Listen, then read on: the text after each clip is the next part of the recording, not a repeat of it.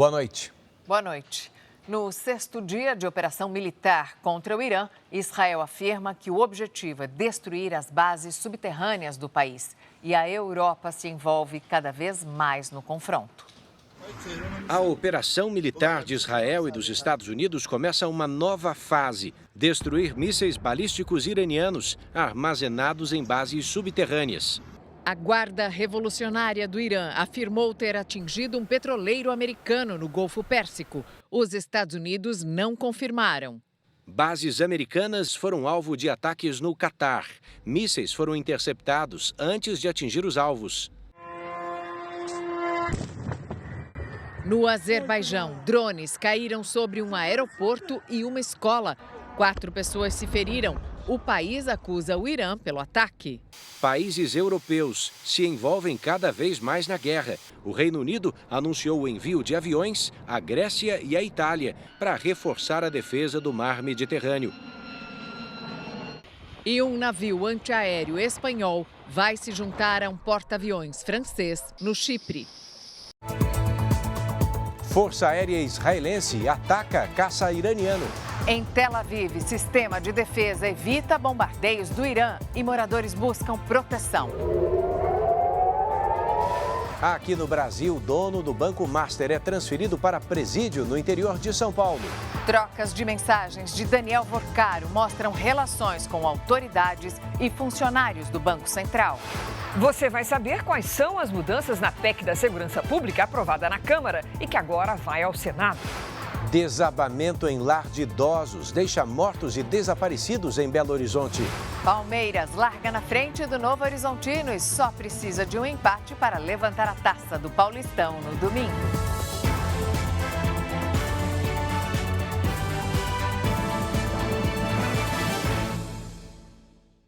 Oferecimento Bradesco. Chama o Pix com crédito para parcelar suas compras.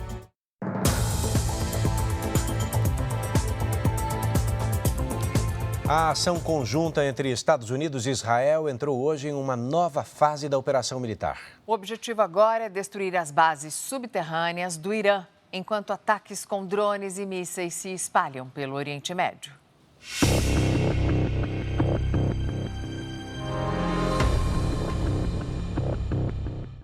Um alvo em movimento e um ataque preciso. Foi assim que a Força Aérea de Israel abateu um caça iraniano em pleno espaço aéreo do Irã, em um raro combate direto nos céus. Segundo militares israelenses, a aeronave foi interceptada depois de decolar de uma base no oeste do país. Foi dessa mesma região que partiram os drones que atingiram o Azerbaijão, que faz fronteira com o Irã. Autoridades disseram que 2 drones iranianos caíram em um aeroporto e em uma escola do país, deixando 4 feridos. O governo do Azerbaijão colocou as forças armadas de prontidão e disse que vai responder. O governo iraniano negou ter lançado os drones. Já a Guarda Revolucionária Iraniana afirmou ter atingido um petroleiro americano no Golfo Pérsico. Os Estados Unidos não confirmaram. Outros bombardeios foram registrados em uma refinaria no Bahrein e no aeroporto de Abu Dhabi. Desde sábado, o Irã lançou 500 mísseis e 2.000 drones na região. 40% deles contra Israel, que viveu mais um dia sob tensão. As sirenes de alerta tocam em Tel Aviv, agora são quase 2 horas da tarde e a rede de abrigos é espalhada pela cidade como nesse estacionamento. Agora as pessoas vão em direção a este abrigo. Ir para o bunker virou rotina, diz esta israelense. Os ataques iranianos foram interceptados pelo sistema de defesa. O exército israelense também intensificou os bombardeios contra o grupo terrorista Hezbollah no Líbano, que é aliado do Irã. E uma ordem de retirada em massa foi emitida para todo o bairro de Darre, em Beirute, principal reduto dos extremistas. No Irã, a ação conjunta de Israel e Estados Unidos entrou numa segunda fase, segundo fontes militares. O objetivo agora é destruir as bases subterrâneas que abrigam uma grande quantidade de mísseis balísticos do regime islâmico. Atualização da guerra em tempo real para você. Israel começou agora à noite uma nova onda de ataques contra o Líbano. Nosso correspondente Victor La Regina traz os detalhes ao vivo de Tel Aviv. Victor, boa noite. Boa noite, Edu. Boa noite, Mariana. Os bombardeios foram no bairro de Dahi, no sul de Beirute, uma região com grande concentração de habitantes e que é reduto dos terroristas do Hezbollah. O Líbano faz fronteira com Israel e está cada dia mais envolvido no conflito, justamente por causa da presença do Hezbollah, que é aliado do regime iraniano. Mais cedo, forças israelenses atacaram 200 alvos no Irã. O exército de Israel disse que já destruiu mais de 60% dos lançadores de mísseis e 80% da defesa aérea iraniana. Hoje, o aeroporto aqui de Tel Aviv voltou a operar parcialmente. Restaurantes e escritórios também voltaram a abrir de maneira limitada nesta quinta-feira. Mariana, Edu. Obrigada, Victor. O presidente Donald Trump disse hoje que quer participar da escolha do próximo líder supremo do Irã. Em entrevista por telefone à agência de notícias Reuters, o presidente americano explicou que busca um modelo semelhante ao adotado atualmente na Venezuela. Delcy Rodrigues, ex-vice-presidente de Nicolás Maduro, é vista como aliada dos Estados Unidos. Trump rejeitou que o regime iraniano seja liderado pelo filho de Ali Khamenei, morto na operação conjunta de Estados Unidos e Israel, e classificou a possibilidade como inaceitável. A Casa Branca tem reforçado que os Estados Unidos têm estoques suficientes de armas, mas o governo busca ajuda de aliados diante de um conflito sem prazo para terminar. Trump confirmou o apoio americano ao envolvimento de forças curdas contra o Irã, mas não garantiu cobertura aérea para o grupo. Os americanos pediram ajuda à Ucrânia para se defender de ataques de drones iranianos Shahed 136. Essas aeronaves kamikazes foram usadas em grande escala pela Rússia contra os ucranianos. Em meio às discussões no Congresso sobre as ações americanas no Oriente Médio, um veterano da Marinha precisou ser retirado à força por protestar contra a guerra. Brian McGuinness é candidato a senador por um partido independente. Ele e mais 3 policiais ficaram feridos. Sobre as questões internas dos Estados Unidos, o presidente Donald Trump anunciou hoje a saída de Kristi Noem. Ela responde pelo departamento que executa a política migratória do governo. Noem fica no cargo até o fim de março, quando será substituída pelo senador republicano Markwayne Mullin. E ainda hoje, potências europeias reforçam a defesa com navios e caças no mar Mediterrâneo. A Polícia Federal investiga o que aconteceu com Luiz Felipe Mourão, um dos integrantes do grupo de espionagem do banqueiro Daniel Vorcaro. Sicário, como era conhecido, teria tentado se matar numa cela da Superintendência da Polícia Federal em Minas Gerais. Fontes da Polícia Federal chegaram a confirmar a morte cerebral de Luiz Felipe Mourão ontem à noite, mas a Secretaria Estadual de Saúde de Minas Gerais desmentiu a informação e afirmou que o paciente segue em cuidados no CTI do hospital em Belo Horizonte. A Record apurou que foi acionado o protocolo de morte encefálica, com exames para confirmar a perda irreversível das funções cerebrais. Luiz Felipe Mourão teria se enforcado com a própria camiseta na cela em que estava preso, na Superintendência Regional da Polícia Federal. Ele estava sozinho. Em nota, a Polícia Federal declarou que a unidade era monitorada por câmeras e as imagens que mostram o ocorrido foram enviadas ao Supremo Tribunal Federal. Por mensagem, o advogado Robson Lucas da Silva afirma que deixou a sede da PF por volta das 2 da tarde e que Luiz Felipe estava sem qualquer sinal aparente de abalo, com a integridade física e mental preservadas. A Polícia Federal abriu inquérito para investigar se houve falha nos procedimentos ou omissão dos responsáveis. A ideia é afastar especulações, já que Luiz Felipe Mourão é apontado pelos investigadores como chefe de uma espécie de milícia pessoal de Daniel Vorcaro. Ele seria responsável por organizar os pagamentos do grupo, que acessava informações sigilosas nos sistemas da Justiça, da PF, do FBI e da Interpol, além de ameaçar funcionários, adversários e jornalistas. O jornalismo da Record teve acesso com exclusividade a um vídeo em que Sicário presta depoimento à Justiça de Minas Gerais em setembro de 2025. Ele era réu ao lado de outras 11 pessoas em um processo relacionado a uma empresa que fechou as portas e deixou cerca de 50 mil investidores no prejuízo. Entre as acusações estão lavagem de dinheiro e formação de quadrilha. Durante a audiência, ele confirma que já respondeu a outros processos na Justiça. O senhor já foi preso e processado antes? Já tive. Sim. Sim? Por? Foi, tem muito tempo, foi por receptação. Tem muito tempo, o senhor já pagou? Não, fui absolvido. Horas depois da operação que prendeu Mourão e Vorcaro, a Polícia Rodoviária Federal apreendeu na rodovia Fernão Dias, em Pouso Alegre, Minas Gerais, um carro de luxo que pertencia a Luiz Felipe Mourão. O casal que estava no veículo foi liberado. E hoje o banqueiro foi transferido para uma prisão no interior de São Paulo. Daniel Vorcaro e o cunhado Fabiano Zettel foram levados de Guarulhos para o presídio de Potim, no interior paulista.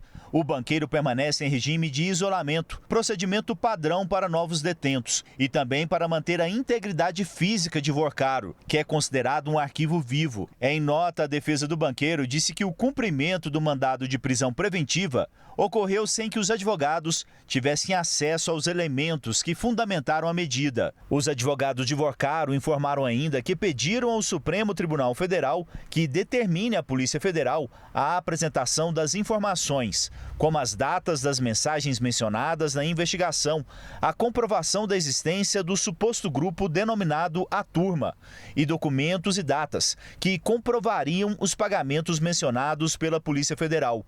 Vorcaro tem entre os advogados alguns dos maiores criminalistas do país, como Roberto Podval, Sérgio Leonardo e Pier Paolo Bottini. A prisão de Daniel Vorcaro e a transferência para um presídio comum podem aumentar a pressão para que o banqueiro faça um acordo de delação premiada. Uma eventual colaboração é considerada explosiva por causa das relações dele aqui em Brasília nos meios político e jurídico. Até o momento, a defesa nega categoricamente qualquer possibilidade de negociação de colaboração. A equipe não é formada por especialistas em delação premiada. Cabe ao plenário da segunda turma do Supremo Tribunal Federal decidir se mantém ou não a prisão preventiva de Daniel Vorcaro. Olha, ainda nesta edição, trocas de mensagens de Daniel Vorcaro mostram relações com autoridades e funcionários do Banco Central. No Rio de Janeiro, a justiça condenou uma mulher a 49 anos de prisão por envenenar os 2 enteados. Um deles morreu. Foram 15 horas de julgamento, com relatos emocionados. Bruno Carvalho Cabral, enteado da acusada, chegou a ingerir veneno para ratos, misturado ao feijão preparado pela madrasta. Foi muito suave e já com uma dificuldade de andar. Cíntia Mariano Dias Cabral foi presa em 2022, após exames confirmarem o envenenamento. 2 meses antes, a irmã de Bruno, Fernanda Carvalho Cabral, de 22 anos, chegou a ficar internada por 15 dias com sintomas de intoxicação e não resistiu.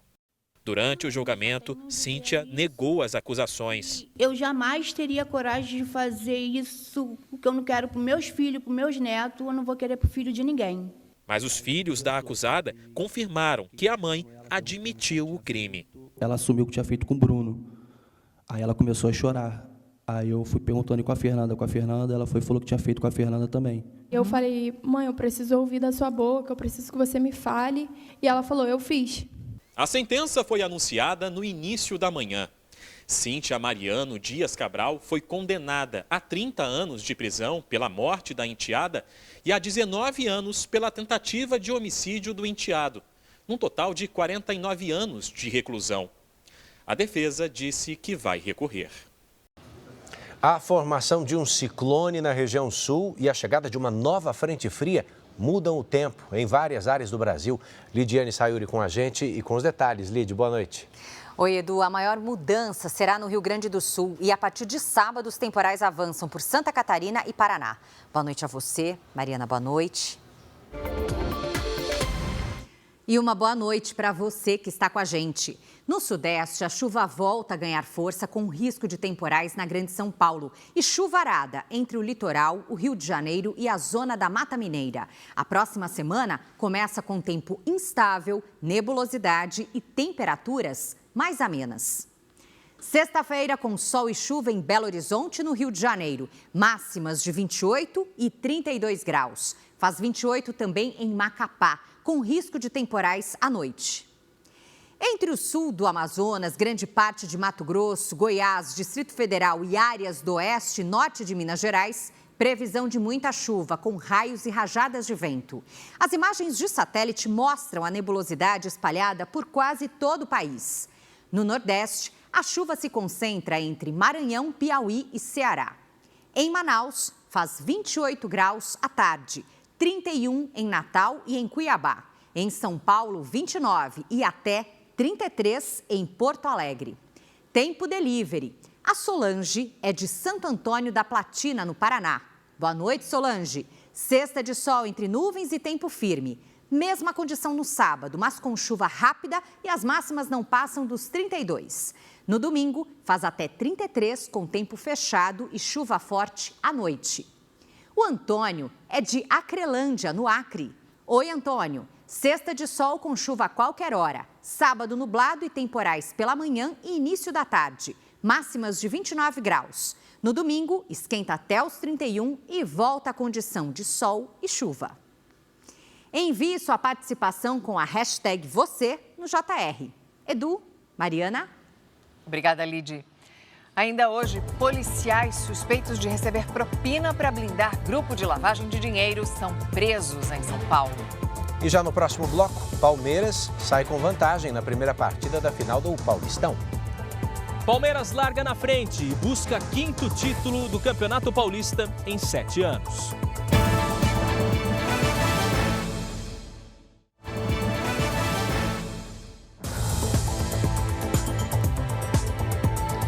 E o Palmeiras, hein? Tá a um empate do título do Campeonato Paulista, depois da vitória sobre o Novo Horizontino por 1-0 em Barueri. No domingo, a partida vai ser em Novo Horizonte, interior de São Paulo. E o Bruno Lohance vai para lá, Bruno? Vai. Bom, qual é o tamanho dessa vantagem aí, Palmeiras? Uma pequena vantagem, né? Mas toda vantagem é bem-vinda. Eu não desprezaria jamais, isso, né? Melhor ir com vitória do que com derrota. Boa noite, Mariana. Boa noite, Edu. Boa noite para você que acompanha o JR. O Palmeiras venceu e só não levou o empate porque o goleiro Carlos Miguel defendeu um pênalti. A disputa ainda está muito equilibrada e o Novo Horizontino mostrou que não chegou à decisão à toa, não. Para o palmeirense, o técnico Abel Ferreira sempre tem um plano. Mas nem tudo no futebol pode ser planejado. O Palmeiras não esperava que o atacante Vitor Roque começasse no banco de reservas por dores musculares. Mas quando há planejamento, o risco de errar diminui. O paraguaio Sousa assumiu a posição de titular e deu a assistência para Flaco Lopes marcar. Olha que bela jogada faz o Palmeiras. O domínio do Sousa, a tentativa do Flaco! O Novo Horizontino teve uma chance no pênalti sofrido por Vinícius Paiva. O artilheiro do Paulistão, Robson, tinha chutado 3 dos últimos 6 pênaltis no meio do gol. E o goleiro Carlos Miguel já planejava isso. Parte Robson, pé direito na bola, defendeu Carlos Miguel! Estavam previstas 2 dificuldades. A primeira, a do nosso adversário, pela forma como joga, e a segunda, um dia menos de recuperação, que íamos sentir isso na segunda parte. O plano de Abel Ferreira foi quase perfeito. A vantagem para a grande final é de apenas 1 gol, mas suficiente para manter a confiança em dia para buscar um novo título no Campeonato Paulista. Abel pode chegar ao 11º título como técnico do Palmeiras e o 4º Campeonato Paulista. O Novo Horizontino tenta a primeira conquista estadual. Mesmo com a derrota, segue confiante. A gente está vivo, né? Uma vitória lá, leva para os pênaltis, então acho que a gente tem total chance de reverter esse placar e sair vitorioso. A decisão do Paulistão será transmitida neste domingo, a partir das 8 da noite, na Record, R7 e Record Plus. Você vai ver a seguir: menor suspeito de participar de estupro coletivo tem a apreensão decretada pela Justiça no Rio de Janeiro. E também, Câmara dos Deputados aprova a PEC da Segurança com larga margem de votos. A aprovação só foi possível depois que houve um acordo para retirar da proposta a redução da maioridade penal.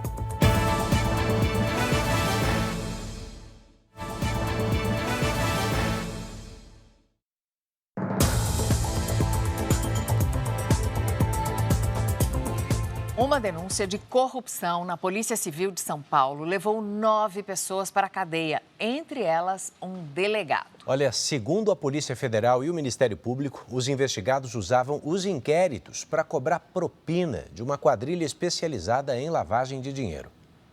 A movimentação foi intensa na sede da Polícia Federal em São Paulo. Presos em viaturas, carros de luxo apreendidos.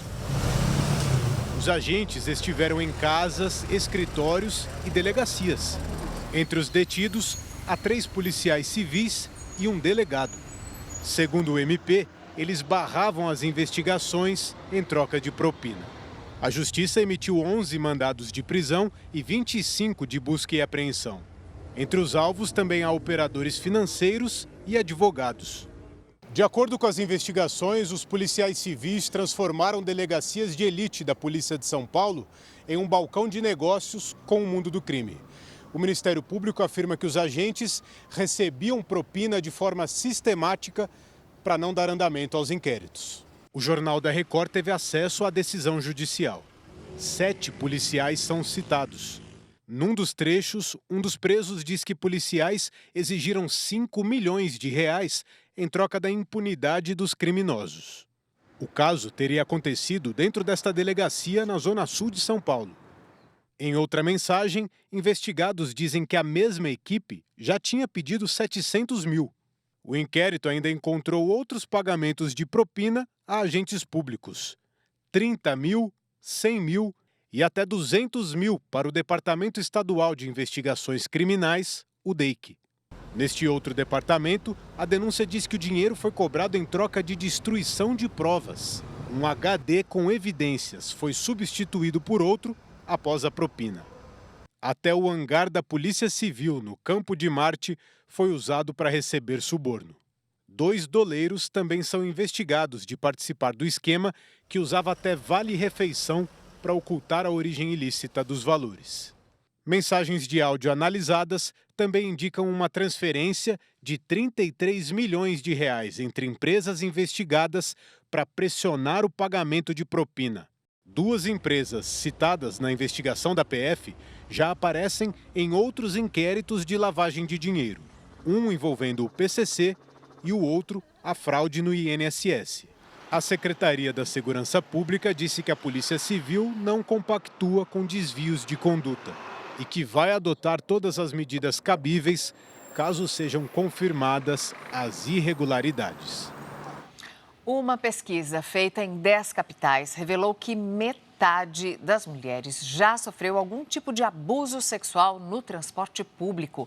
No metrô de São Paulo, os agentes orientam as passageiras sobre como procurar ajuda e denunciar agressões. Esta mulher foi vítima de importunação sexual num vagão lotado do metrô de São Paulo, a caminho do primeiro dia de trabalho. Ele estava esfregando nas minhas costas. O meu silêncio não foi de consentimento, mas de constrangimento, de não acreditar que aquilo estava acontecendo. O homem foi denunciado, preso em flagrante e liberado depois de passar por audiência de custódia. Um crime que se repete em todo tipo de transporte público. Já passei, sim, e é muito louco porque eu não consegui ter reação, sabe? Neste vídeo, uma mulher registra o momento em que o agressor se aproxima e encosta nela. Importunação sexual é qualquer ato físico, libidinoso, que a pessoa não permita. Um beijo, tocar no braço, um cabelo, forçar algum gesto. Esta motorista de aplicativo foi assediada no próprio carro. Ele veio e falou assim, não, eu não vou descer não, eu quero um beijo teu. A importunação sexual foi incluída no Código Penal Brasileiro em 2018. As penas vão de 1 a 5 anos de prisão. O número de casos cresce a cada ano. Dados do Ministério das Mulheres revelam que foram recebidas mais de 8.100 denúncias de importunação sexual pelo Disque 180 no ano passado. As queixas mais do que triplicaram, se comparadas a 2024. Agentes femininas do metrô fizeram uma ação para orientar as passageiras. Um agressor a menos nas ruas vai ser uma futura vítima a menos que vai ter que passar por aquele constrangimento. Uma pesquisa feita com 3.500 mulheres revela que em 2025, metade delas foi vítima de algum crime sexual no transporte público. Porto Alegre, Recife e São Paulo são as cidades com mais queixas. A gente vê e acaba sofrendo, né? Quem passa, eu acho importante denunciar. A Justiça decretou a apreensão do adolescente de 17 anos, suspeito de participar do estupro coletivo de uma jovem no Rio de Janeiro. A decisão foi tomada depois que o Ministério Público voltou atrás e pediu a internação dele, após novas denúncias. Os outros 4 suspeitos, que são maiores de idade, são réus no processo e estão presos. Os 4 acusados estão em celas individuais neste presídio, na zona norte do Rio. Matheus Veríssimo Zoel Martins, João Gabriel Xavier Bertô, Bruno Felipe dos Santos Alegrete e Vitor Hugo Oliveira Simonim são réus pelo estupro coletivo de uma garota de 17 anos. Um adolescente, também de 17 anos, responde por ato infracional análogo a estupro. Num primeiro momento, o adolescente não teve a internação recomendada pelo Ministério Público. Mas os promotores mudaram a solicitação na segunda-feira e pediram a apreensão do jovem após o surgimento de outra denúncia contra ele. Após analisar o caso, a Justiça do Rio de Janeiro decretou a internação do adolescente. Ele é considerado foragido. A defesa do menor não se manifestou. Depois de receber críticas sobre a demora no processo, o Tribunal de Justiça emitiu uma nota de esclarecimento. Entre as supostas falhas destacadas está o encaminhamento do inquérito para o Juizado de Violência Doméstica, o que seria um equívoco, porque a vítima tem 17 anos e o caso deveria ter sido remetido a uma vara especializada. Segundo o Tribunal de Justiça, outro erro teria sido cometido pelo delegado responsável, que procurou o plantão noturno para pedir a busca e apreensão do menor 18 dias após o processo já estar em tramitação na vara da infância. O plantão noturno não tem competência para julgar casos envolvendo adolescentes infratores. A Polícia Civil se defendeu. Declarou que os inquéritos policiais são remetidos ao Judiciário e que cabe ao próprio sistema do tribunal realizar a devida distribuição e tramitação. 8 pessoas morreram e 4 estão desaparecidas no desabamento de um lar de idosos em Belo Horizonte. A polícia está investigando se uma obra de ampliação do prédio de 4 andares teria provocado o acidente. O relógio da câmera de segurança marca 1h29 da manhã, quando o barulho do desabamento é ouvido. 29 pessoas estavam no imóvel, que fica na região nordeste de Belo Horizonte. Eu escutei um barulho muito forte, tipo uma implosão mesmo. E aí, quando eu cheguei da janela, estava descendo já a estrutura e muita fumaça. Mas não é fumaça, é poeira, né? Subindo. O resgate começou ainda na madrugada. 9 pessoas escaparam sem ferimentos. Um dos responsáveis pelo lar de idosos ficou sob os escombros e não resistiu. Ele e a família moravam no prédio. A esposa e a filha de 2 anos foram resgatadas e levadas para o hospital. Segundo a Defesa Civil, não há indícios de que o desabamento esteja relacionado à chuva ou risco geológico. A Polícia Civil esteve no local e investiga as possíveis causas. A hipótese inicial é de falha estrutural. Segundo os investigadores, havia uma obra de ampliação sendo feita no prédio. Tem características de risco construtivo, ou seja, alguma intervenção humana que possa ter sido feita talvez sem observar uma técnica adequada e possa ter provocado isso. De acordo com a Prefeitura, o lar de idosos tem alvará de funcionamento e está com a vistoria dos bombeiros em dia. Equipes de resgate tentam localizar as vítimas que permanecem debaixo dos escombros. Nós continuamos trabalhando a todo momento, com todos os recursos e esforços aqui para tentar localizar essas vítimas o quanto antes, combinando ali a agilidade com segurança para que não haja aqui acidente também. O Brasil registrou mais de 11 milhões e meio de tentativas de golpes digitais em 2025. É uma tentativa de golpe a cada 3 segundos. Patrícia Lages, boa noite. E são tentativas cada vez mais sofisticadas, né? Esses estelionatários que vão cometer essas fraudes, a gente tem muita dificuldade em perceber até o golpe, né? Temos sim, dificuldade de perceber e o volume aumentou muito, né, Mariana? Boa noite para você, boa noite, Edu, boa noite para você de casa. O uso de dados verdadeiros expostos em mega vazamentos torna os golpes cada vez mais convincentes. Em 2021, um grande vazamento expôs dados de 223 milhões de pessoas, praticamente toda a população do país, incluindo até pessoas falecidas. Entre as informações estavam nome, endereço, data de nascimento, telefone, e-mail, tinha até a renda estimada. E os dados ainda circulam. Com essas informações, os criminosos personalizam o contato. E aí aumentam as chances da vítima acreditar que realmente é o banco, é uma empresa ou até um conhecido. Só no ano passado, as fraudes bancárias digitais cresceram mais de 200%. E as perdas chegaram a quase 5 bilhões de reais apenas com os golpes envolvendo o Pix. É muita coisa, que perigo. Eu já vivenciei pelo menos 3 tipos de abordagem. Conta pra gente quais são as mais comuns. Vamos lá, Edu. Olha, no sistema bancário, o campeão aí é a falsa central de atendimento, onde o criminoso se passa por funcionário, alerta sobre uma movimentação suspeita e aí vai pedir senhas, códigos ou até uma transferência para supostamente cancelar a fraude. E no comércio online são as ofertas falsas, usando o nome de grandes lojas. O consumidor clica no anúncio, compra com desconto, mas não recebe. Agora, Patrícia, o que as pessoas podem fazer para se proteger? Eu já parto do princípio de que tudo é golpe. Qualquer tentativa de falar comigo é golpe. É uma boa estratégia, Mariana. Olha só, cuidados básicos são sempre muito bem-vindos, que é desconfiar de todas as mensagens, principalmente aquelas urgentes ou falando ali de ofertas que parecem boas demais. Não clicar em links recebidos, mas sempre entrar em contato diretamente no site ou no aplicativo oficial. E nunca informar senhas ou dados bancários por telefone ou por mensagem. Edu, Mariana. Obrigada, Patrícia. A quebra do sigilo telefônico de Daniel Vorcaro revelou mensagens que sugerem que o banqueiro teve uma série de encontros com autoridades dos 3 poderes. As mensagens com diálogos entre Daniel Vorcaro e a namorada dele foram reunidas em documentos analisados pela CPMI do INSS. Em 19 de abril de 2025, Vorcaro contou ter se encontrado sozinho com o ministro Alexandre de Moraes. A mulher do ministro, a advogada Viviane Barsi de Moraes, tinha um contrato de 129 milhões de reais com o Banco Master.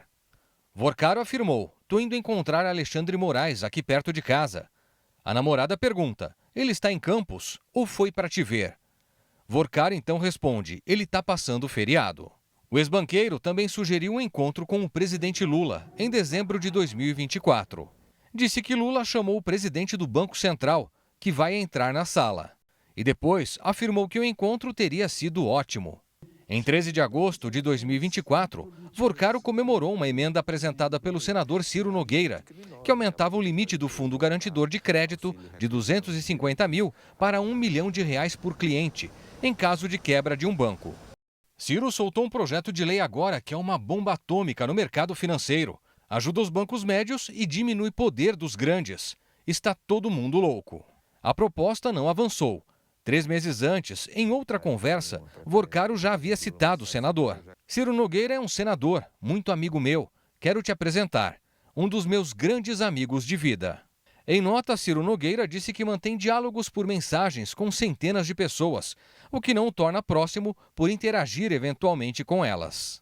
E reforçou que nunca manteve qualquer conduta inadequada relacionada ao caso.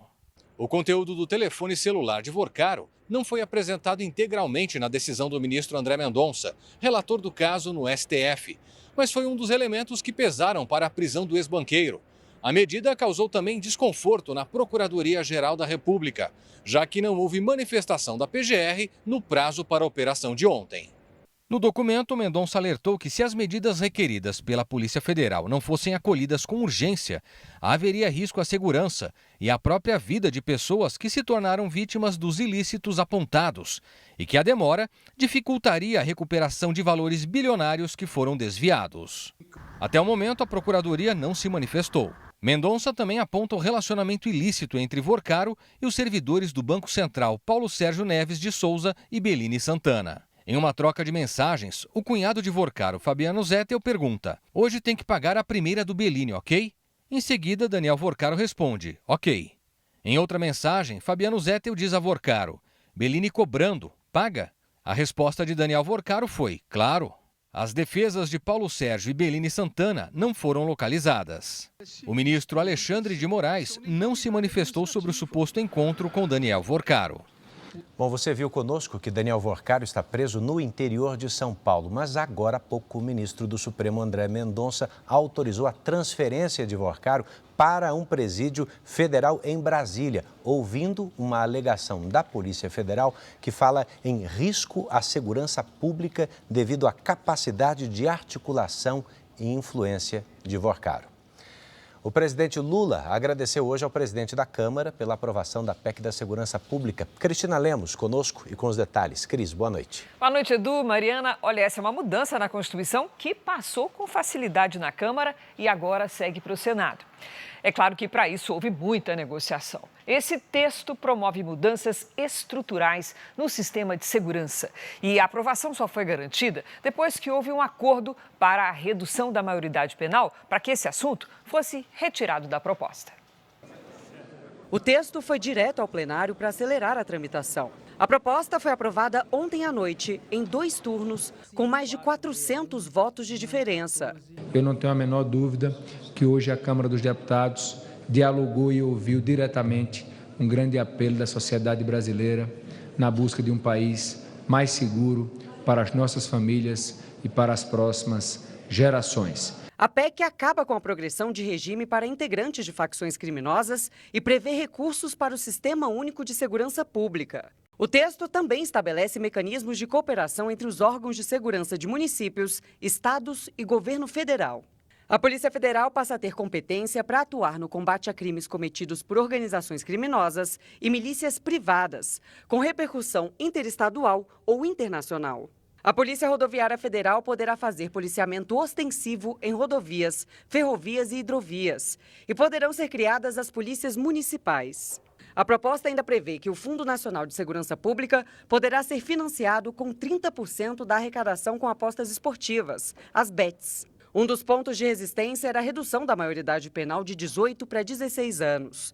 A PEC só avançou na Câmara quando a proposta foi retirada da PEC pelo risco de provocar desgastes em ano eleitoral. A PEC agora vem para o Senado Federal, mas mal chegou e já sofre pressão para ser alterada. A expectativa dos senadores é que ela seja apreciada até abril, quando completa 1 ano do envio pelo governo ao Congresso. Em uma rede social, o presidente Lula disse que a aprovação da PEC prepara o país para combater de forma ainda mais firme e eficaz o crime organizado e que estados, municípios e a União terão melhores condições para atuar. O presidente também agradeceu a Hugo Mota, aos líderes e parlamentares pela conquista. O ministro Flávio Dino, do Supremo Tribunal Federal, oficializou a decisão de reverter o que a CPI do INSS havia decidido quando quebrou os sigilos fiscal e bancário de Fábio Luiz Lula da Silva. Vamos conversar com a Flávia Alvarenga, que tem os detalhes para a gente. Boa noite, Flávia. Qual é o cerne da decisão do ministro Flávio Dino? Boa noite, Cris. Boa noite a todos. O ministro Flávio Dino reforçou que não está impedindo quebras de sigilo, mas que cabe ao Supremo Tribunal Federal fixar a forma constitucionalmente adequada para que não ocorram, para que não aconteçam nulidades de provas no inquérito parlamentar. Na decisão, o ministro Flávio Dino destacou que o parlamento não pode quebrar sigilos bancários com decisões em bloco e simbólicas. Dino também afirmou que a decisão não tem qualquer relação e não invalida quebras de sigilo efetuadas na investigação da Polícia Federal. Ontem, o ministro já tinha devolvido o sigilo da empresária Roberta Luxinger. A decisão dos parlamentares, que determinou a quebra dos sigilos bancário e fiscal, na semana passada foi tomada numa votação em bloco, numa votação em conjunto de vários requerimentos. O ministro Flávio Dino disse na decisão de hoje que a CPMI pode sim votar novamente a quebra de sigilo, mas desde que isso seja feito de forma individualizada. Cris. Obrigada, Flávia. O Procurador-Geral da República pediu ao Supremo Tribunal Federal que arquive a investigação contra Jair Bolsonaro sobre a venda de presentes recebidos de autoridades estrangeiras quando ele era presidente. De acordo com Paulo Gonet, não existe uma legislação clara sobre o tema. Cabe ao relator do caso, no STF, o ministro Alexandre de Moraes, decidir se aceita ou não o pedido da PGR. Mariana, Medu. Obrigada, Cris.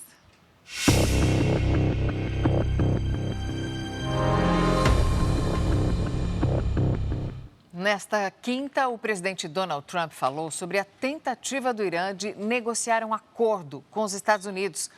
Nosso correspondente em Washington, Matias Brotero, acompanhou a declaração e traz agora os detalhes. Matias, boa noite.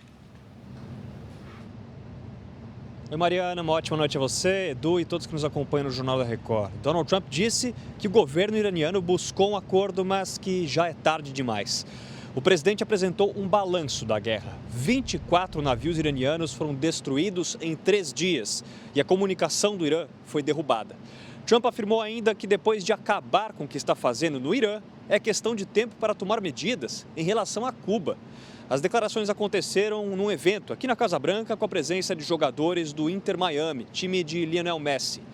Também nesta quinta, a maioria da Câmara dos Deputados barrou uma proposta que impediria Trump de realizar novas ações contra o Irã sem aprovação do Congresso. Essa discussão acontece um dia depois de uma resolução semelhante ter sido barrada no Senado, onde os republicanos também têm maioria. Mariana e Edu.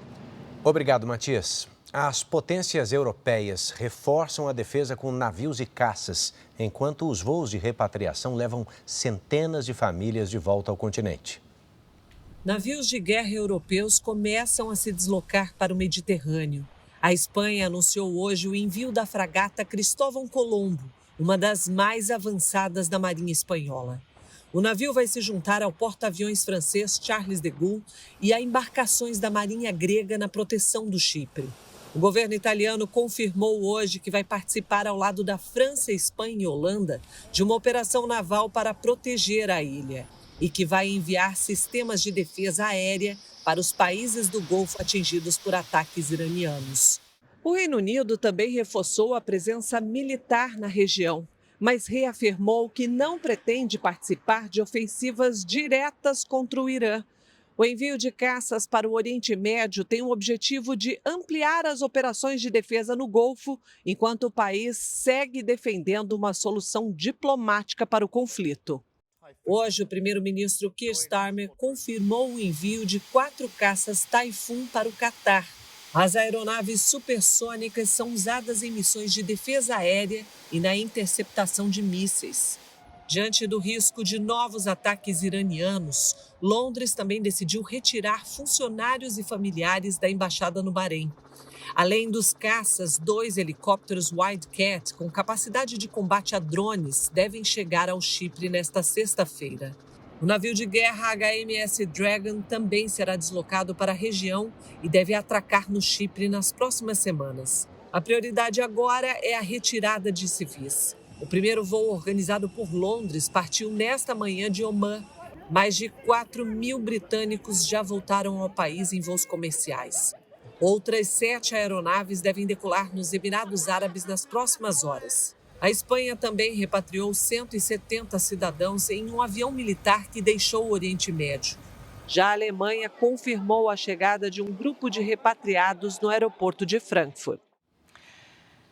E cerca de 35 mil marinheiros e passageiros estão presos em navios no Golfo Pérsico por causa da guerra.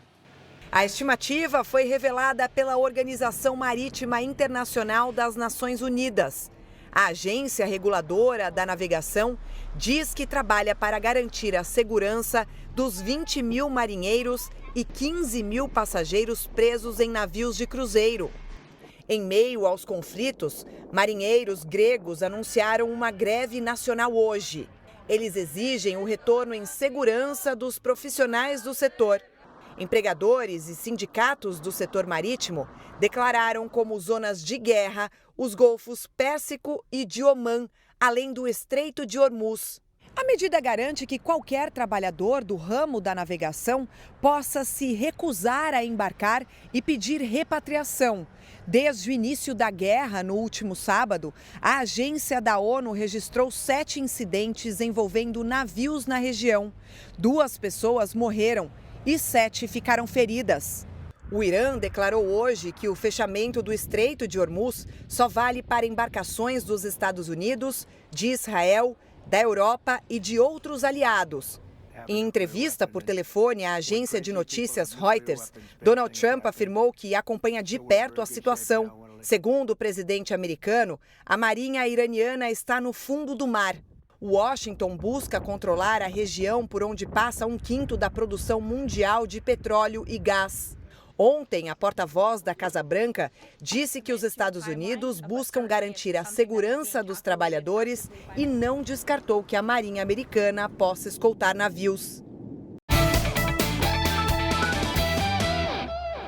O Brasileirão desse ano tem média de 1 técnico demitido por rodada. Bruno Lohance de volta porque o Flamengo apresentou, inclusive, o substituto de Luiz Felipe, de Felipe Luiz. É uma média assustadora e, infelizmente, ela já vem de vários outros anos, né, Edu? É mais um técnico estrangeiro que está de volta ao futebol brasileiro. O português Leonardo Jardim já treinou o novo clube e logo na estreia pode ser campeão carioca. O técnico português Leonardo Jardim foi apresentado oficialmente hoje, depois de assinar o contrato com o Flamengo até dezembro de 2027. O treinador contou que conversou por telefone com o ex-técnico do time, Felipe Luiz. Sei que não é uma situação fácil, mas logo recebi o convite do Flamengo. Vocês sabem que eu tenho alguma proximidade com o Filipe, liguei, porque a decisão da tua saída eu não tenho interferência nenhuma e a nossa relação, pelo meu lado, continua sempre a mesma. No ano passado, depois de sair do Cruzeiro, Leonardo Jardim disse que no Brasil só treinaria o time mineiro. Fui emotivo porque acreditava que o projeto ia ser a longo prazo. Mas também fui ingênuo, uma coisa que eu não costumo ser. Mas às vezes a emoção leva-nos a que tenhamos algumas tiradas infelizes. Leonardo Jardim já comandou a primeira atividade com os atletas ontem aqui no centro de treinamento. Ele terá pouco tempo para organizar a equipe para a final do Carioca contra o Fluminense. No domingo, ele vai ter a chance de levantar um troféu logo na estreia. Estou extremamente focado porque sei que temos 4 dias somente para organizar um jogo da importância que é o Flamengo-Fluminense na final do Campeonato do Rio. Quem também está de técnico novo é o Remo. Léo Condé foi contratado e deve chegar amanhã em Belém. O jogador inglês Jesse Lingard treinou pela primeira vez no Corinthians. Lingard ainda não trabalha com os novos companheiros. O atleta de 33 anos realiza exercícios no centro de treinamento do clube. O inglês aguarda a regularização do visto de trabalho para ser anunciado oficialmente pelo Corinthians. Mariana, Edu. Valeu, Bruno. Obrigada. Quem nunca sonhou em ganhar dinheiro respondendo a perguntas? Agora imagine fazer isso diante de uma bomba prestes a explodir. O programa Boom estreia neste domingo, às 14h, aqui na Record. Adrenalina, suspense, diversão. O novo game show das tardes de domingo da Record mistura raciocínio, sorte e muito bom humor. Nessa disputa explosiva, o desafio das equipes é desarmar bombas e acumular dinheiro.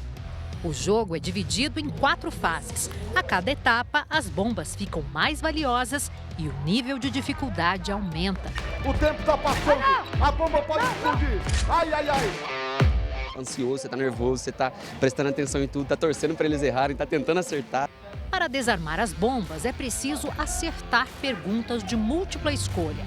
Cada opção de resposta corresponde a um fio colorido que liga a bomba. É aqui que o jogo ganha mais emoção. Nesta competição, o maior adversário dos participantes é o relógio. Diante de uma bomba prestes a explodir, eles têm poucos segundos para cortar os fios que correspondem às alternativas incorretas e preservar o fio da resposta certa. Como é praticamente impossível pensar com calma sob tanta pressão, o risco de fazer a escolha errada é grande. Se o fio certo for cortado, bum! A televisão brasileira precisa desses entretenimentos agradáveis em que você faz perguntas e respostas, a pessoa fica torcendo. Na fase da bomba relógio, a corrida contra o tempo fica mais intensa. As equipes precisam responder uma sequência de perguntas rápidas. O time com maior pontuação é o que avança para a grande final. O prêmio máximo por programa é de até R$100 mil. Diversão é o carro-chefe do programa e emoção e uma disputa equilibrada entre artistas. O comando da nova atração é de Tom Cavalcante, que agora garante improvisos criativos e boas risadas em dose dupla aos domingos. É um game show que deixa todo mundo mobilizado para querer participar, interagir em casa também, junto com a família, porque é um programa feito, dedicado, numa melhor entrega para todo o Brasil. Boom estreia neste domingo às 14h. Logo depois, a diversão continua com o programa Acerte ou Caia. Alegria redobrada nas tardes da Record. Vai ser demais. O Jornal da Record volta à 00:30. Você pode conferir a edição de hoje na íntegra no Record Plus e em todas as nossas plataformas digitais. A programação da Record está disponível ao vivo e de graça no Record Plus. Agora você fica com a novela Coração de Mãe e logo depois de Reis tem Chamas do Destino. Não perca. Uma boa noite. Até amanhã.